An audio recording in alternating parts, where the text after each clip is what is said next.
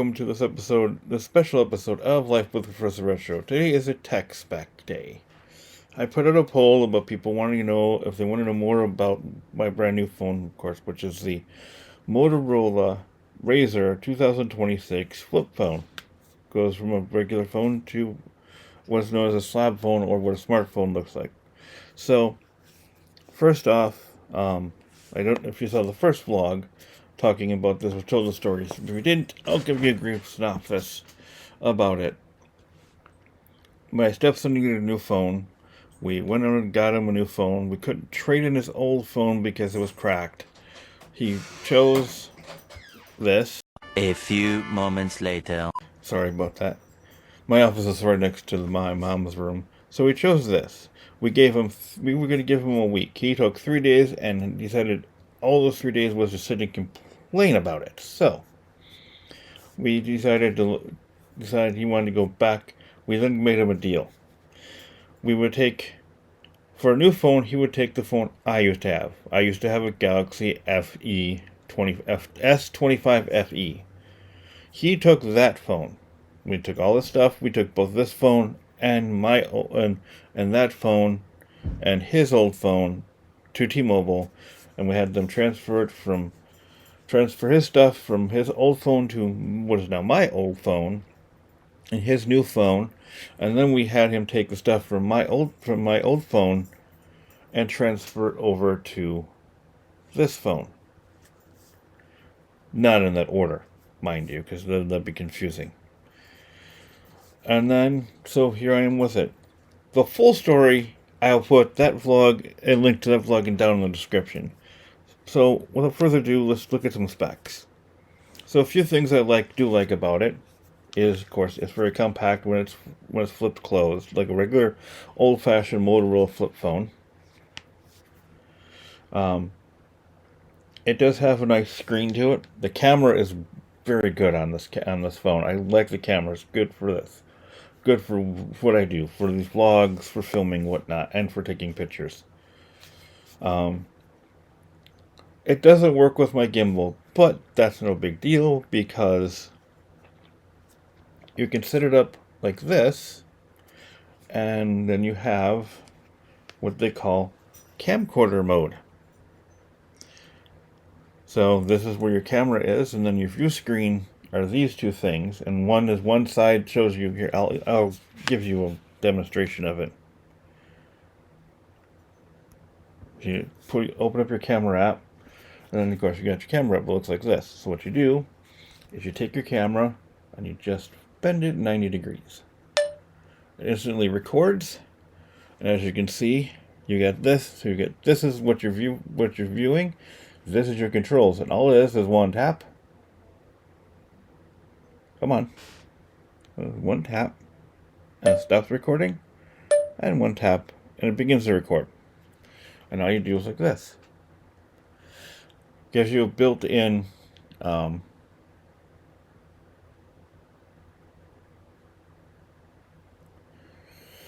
do you call it?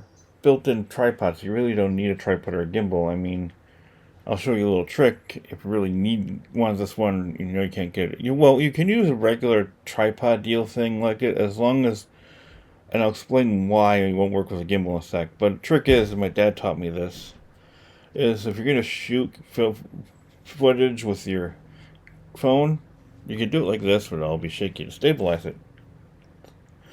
Take your two arms, put them down at your waist like this, hold you tight, and use your entire body as your tripod.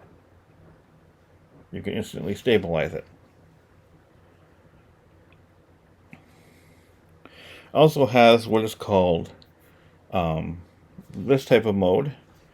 I call it selfie mode, where you can record yourself like this. Of course, the only downside I don't like, I do have for that, only complaint I have about that is this instantly in vertical mode.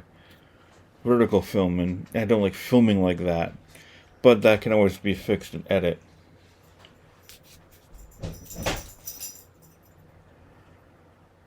Let's see. Now I'll go off some specs that I know of here real quick. So, some basic specs we're going to have to look at. This does have a 50 megapixel camera with optical image stabilization, which I just showed you, so shots are actually really crisp. It has a 50 megapixel ultra wide macro vision, flex view and camcorder mode. It shows you camcorder mode, and this is flex view when it's like this.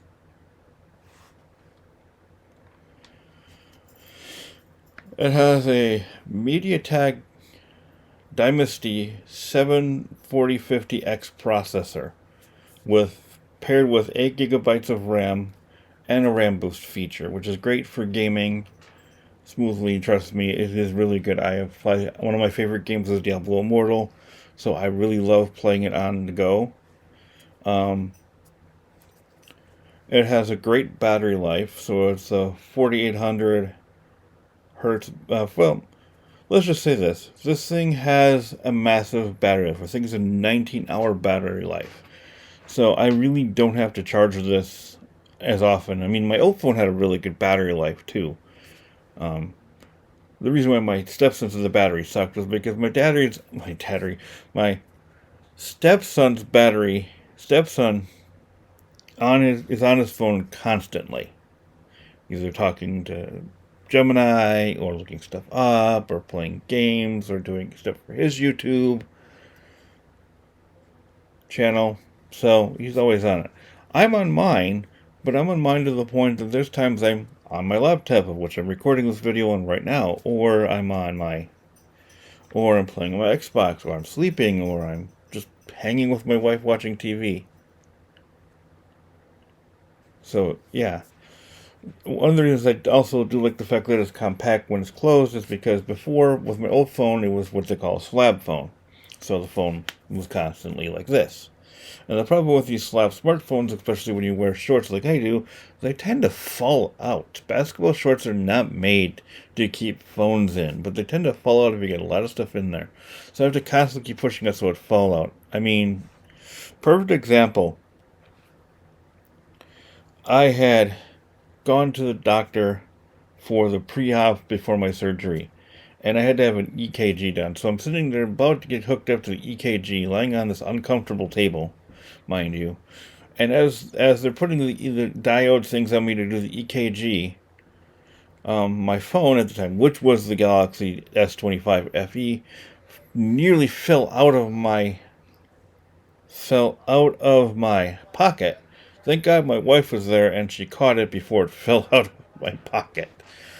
So yeah, so good idea to have a phone that kind of can fit in a pocket quite well.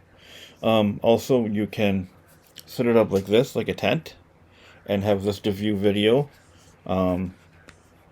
It's great. One of the things I do record, if I record with it in the thing, is I've got this. This is a wireless charging base. All you do is plug it into, say, for example, this, and this doesn't come with the phone. I mean, can you imagine stuff like this came with the phone? People would be buying, they'd be more pricey. But all I do is just go like that. Yeah. And it instantly goes into charging mode. Anyway, so with that being said, the things I like about this phone, again, it is compact when it's closed, so it fits nicely in a pocket. Hell, if I had a shirt pocket fitting, I'd probably fit in here. The built-in optical image stabilization is really nice, so there's really no need to use an expensive gimbal. I mean, you can buy cheap ones for $40, but this still won't work with this, so my gimbal's now obsolete to me. I like this phone. This is a really nice phone. I recommend getting it. There's also the Ultra version, which is There's a little the bit Plus pricey. and the Ultra. The Plus and the Ultra, as you just heard my steps in the background say. Hello here. Of course, this is Professor Retro. After edit. I got the prices wrong for the model I have. This is the base model of the Motorola Razr flip phone, flip smartphone. This is actually about $800 retail. So I just wanted to get that corrected in there, and let's see if I can make sure I got all the other ones in there. So hold on one second. And let's see. And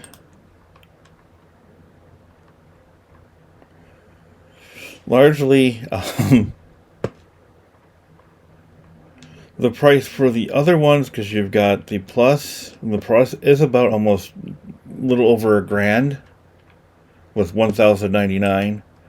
And then, of course, you also have the Ultra,